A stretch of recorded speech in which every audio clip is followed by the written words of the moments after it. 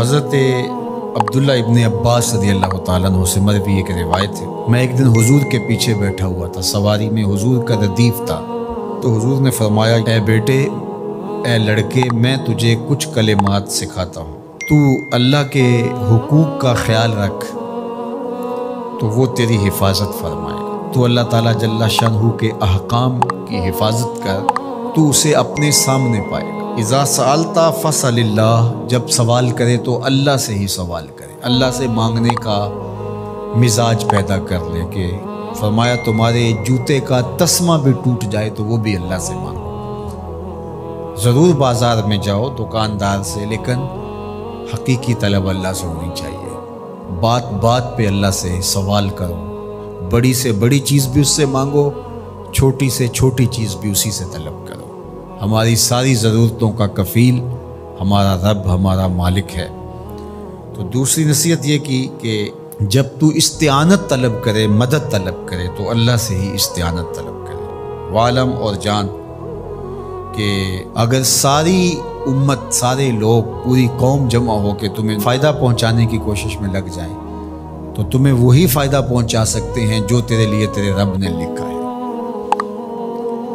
اور فرمایا وَإِنِ اجْتَمَعُوا عَلَىٰ أَن يَضُرُّوكَ بِشَيْءٍ، اور اگر تمہیں نقصان پہنچانے کے درپے ہو جائیں، لَمْ يَضُرُّوكَ إِلَّا بِشَيْءٍ قَدْ كَتَبَهُ اللَّهُ عَلَيْكَ، تو تجھے صرف وہی نقصان پہنچا سکتے ہیں جو اللہ نے تیرے لیے لکھا ہے۔ سارا زمانہ بھی مخالف ہو جائے، تیرا کچھ نہیں بگاڑ سکتا۔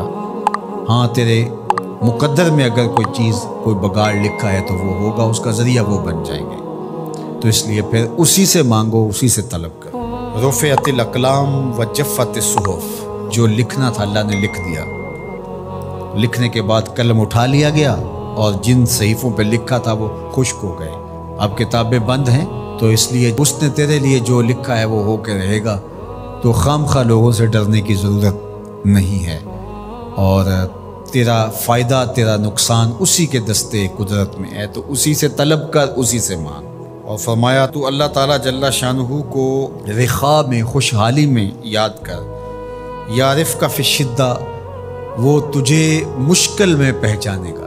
یعنی جو شخص خوشحالی کے دور میں اس کے پاس دولت ہے، صحت ہے، تو اللہ تعالیٰ کو فراموش نہیں کرتا، اللہ اس کی بدحالی کے زمانے میں اس کو فراموش نہیں کرتا۔ وعلم، اور جان، ان النصر مع الصبر، کہ جو مدد ہے وہ صبر کے ساتھ آتی ہے۔ وان الفرج مع الکرب، اور کشادگی جو ہے وہ مشکل کے ساتھ آتی ہے۔ وان مع العسر یسرا، اور سہولت جو ہے وہ مشقت برداشت کرنے کے بعد آتی ہے۔ تنگی کے بعد فراخی آتی ہے، پہلو مشکل پھر تمنا، پہلو کنڈا پھر پھول، شاید مگروں پہلو مکھیاں ڈس دیاں ڈنگ والیاں۔ تو یہ سب ہوتا ہے، مشکلات، تکلیفیں، آلام، مصائب، ان سب سے گزر کر کے آسانیاں آتی ہیں۔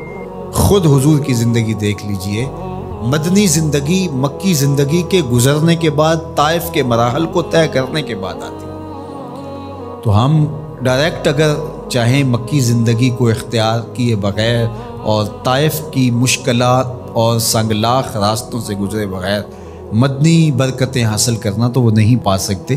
تو یہ اللہ تعالیٰ نے ایک نظام رکھا ہوا ہے۔